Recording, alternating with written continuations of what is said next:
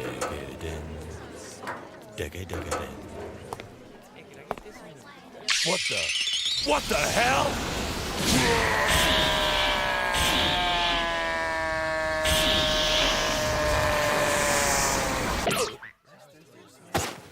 What the hell was that? Hello. You just witnessed a scene from the topic of today's video, School Rumble.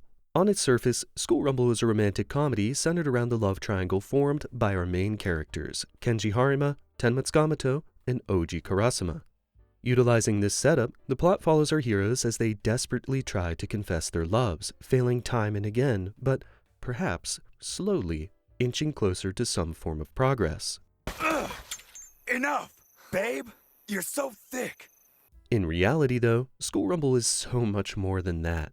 A conventional rom-com would take the previously stated scenario and write it out, while School Rumble is anything but conventional. From its insane humor, its endearing developments, and its major focus on an entire classroom of characters, School Rumble firmly stands out among its peers as a truly unique rom-com that defies expectations.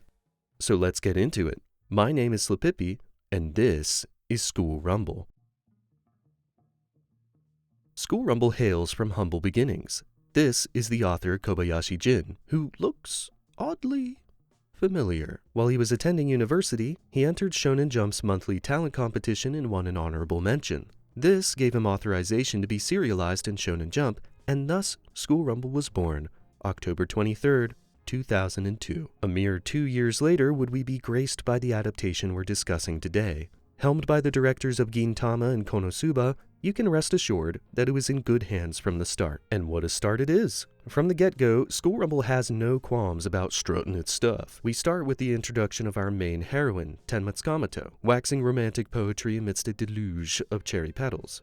This is immediately juxtaposed by our introduction to Kenji Harima, the story's main character. We pan up from the floor of a dark back alley, looking up at the backside of a leather-clad individual. Strangely, Tenma's earlier waxings are echoed here by Harima, but the vibe is far more sinister. Right off the bat, we know what these characters are about and how we can expect them to act. More than that, though, School Rumble communicates to us a precedent that it will establish a norm and attempt to break it whenever possible. For example, we need look no further than the conceit surrounding School Rumble's primary romance, the triangle involving Harima, Tenma, and Karasuma. While this lays out the core motivation for our characters, it's clear the show has little interest in developing it in the expected ways. That's because this triangle is something like a red herring.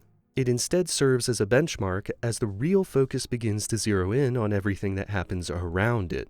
Different characters and plot threads are introduced tangentially, and the story slowly starts to drift into something entirely different. Instead of staying as a rom-com, School Rumble evolves into a chaotic coming-of-age story, one that's far more sentimental than it initially leads on. School Rumble takes its time to build up a large portion of its cast. This even extends to characters who speak no more than a handful of words to either of the main characters. Let's take Sarah Amadeus as an example. I know, weird name. Her most relevant role is to support Tenma's sister, Yakumo. However, the show goes out of its way to develop her as her own main character. We get entire scenes highlighting her thoughts and emotions and developing her own plot threads, all while never mentioning the main characters even once. Even further, Sarah is seen working a part-time job with another tertiary character, a small relationship that is largely inconsequential to the main plot. It's within this character that we can truly see what School Rumble has on its mind.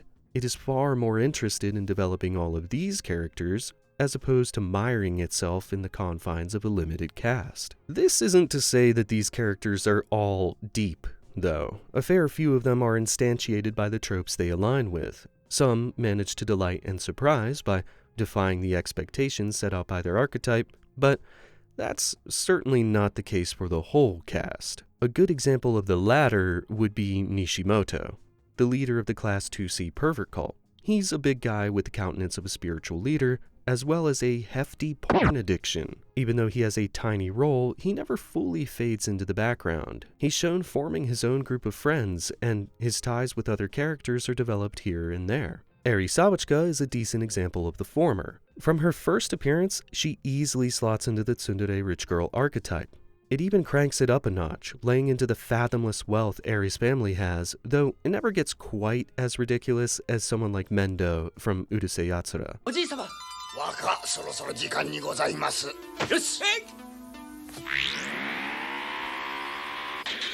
This is how Eri is depicted throughout most of the show, but it's evident even early on that underneath this showy facade is a caring friend and a fragile ego. Due to her riches, intelligence, and popularity, she gives off the aura that she has everything together, and she loves having such a venerable image. However, this incites rage in jealous onlookers, believing her to be just another stuck-up rich girl who would never spare even a thought to the commoners. This throws her into a tough situation. She's overly attached to her powerful image. After all, where would she be without it?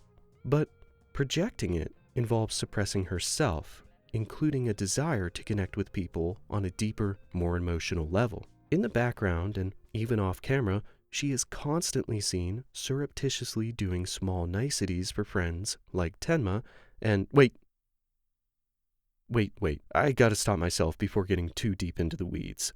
Just know that there are characters like this in the anime as well. I just want to take a quick aside here to talk about some of these weirdos in no particular order. The first strange side character you'll see is Tennoji, a self-proclaimed rival to Harima. He starts out normal enough, just another delinquent with a heavier frame. Later in the show, though, Tennoji seems to lose his mind and becomes some kind of raving muscle man who size changes with the weather, I guess? Oh man, Tennoji is so stupid. Another interesting one is Togo, a student of the neighboring classroom 2D. First off, he's voiced by Travis Willingham, and that's pretty much all I need to say. Come on, you think you can hurt me like I'm some pretty boy you can slap on the ass and say cook me dinner?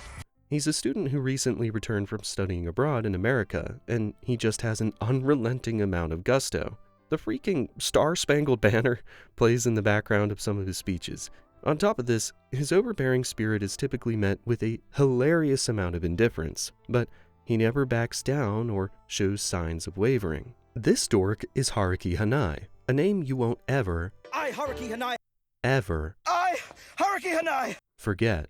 Today Haruki Hanai, will play the recorder.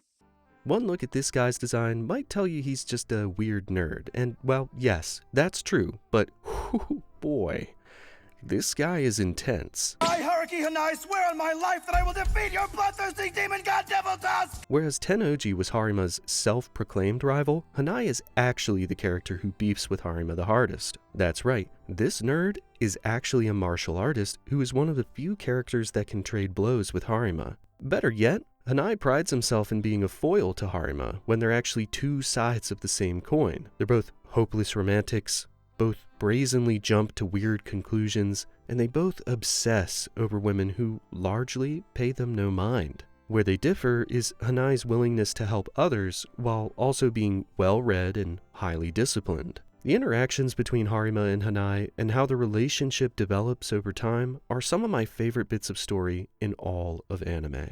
In spite of my emphasis on the characters and writing, School Rumble is most fondly remembered for its humor. Chief Harima! Mind your own business and get back to work! Shut up! I'm sick of your bullshit!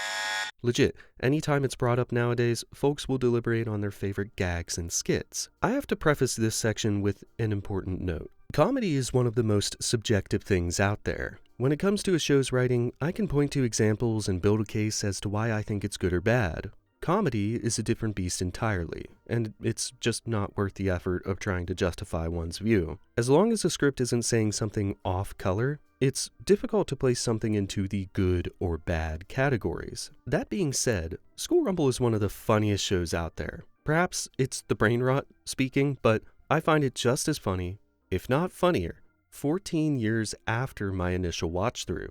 I'd say it falls into a similar category as Gintama and Cromartie High School. If we're reaching for relevancy, it's the primary influence for Kaguya-sama. Regarding the production values, School Rumble's visuals aren't anything to write home about, but I would never call them bad or even just okay. The show is pretty nice to look at. It's animated sparingly, but What's there is done well, for the most part. Hey, there it is, the campground! Wow. It's clear the directors were conserving the budget for certain sequences, as well as maybe giving the sound director a boost in pay. Seriously, the sound effects and music in this show do so much work, it's insane. No sweat. You can share mine. Oh, thanks. What about you, Karen? I'm good. The use of color also does some heavy lifting. Combined with the stellar sound direction and framing, we're left with scenes that perfectly communicate their emotions to the audience. All of these elements come together to deliver a comfortable, hilarious, and breezy experience. One that will guide the viewer through one of my top 5 rom-coms ever. There's so much more to say. Trust me, this script used to be 50 minutes long, but I think I've said my piece. I only want to answer the question of, is it worth watching School Rumble? Heck yeah, dude. Now, understand this. I'm massively biased. However, I genuinely think School Rumble is a fantastic anime with decently wide appeal. There's so much here to appreciate, and I feel like a lot of it is woefully untapped. So, if you're on the fence, give it a try, see if you like it. With one major caveat. If you aren't enjoying the first couple of episodes, try skipping over to episode 8. I know that sounds nuts, but hear me out. School Rumble lounges a little bit too long in creating that norm I discussed at the beginning of the video. Episode 8 is where it starts to shift and transforms into one of my favorite anime of all time. Hey there, welcome to the end of the video. Thanks for making it this far.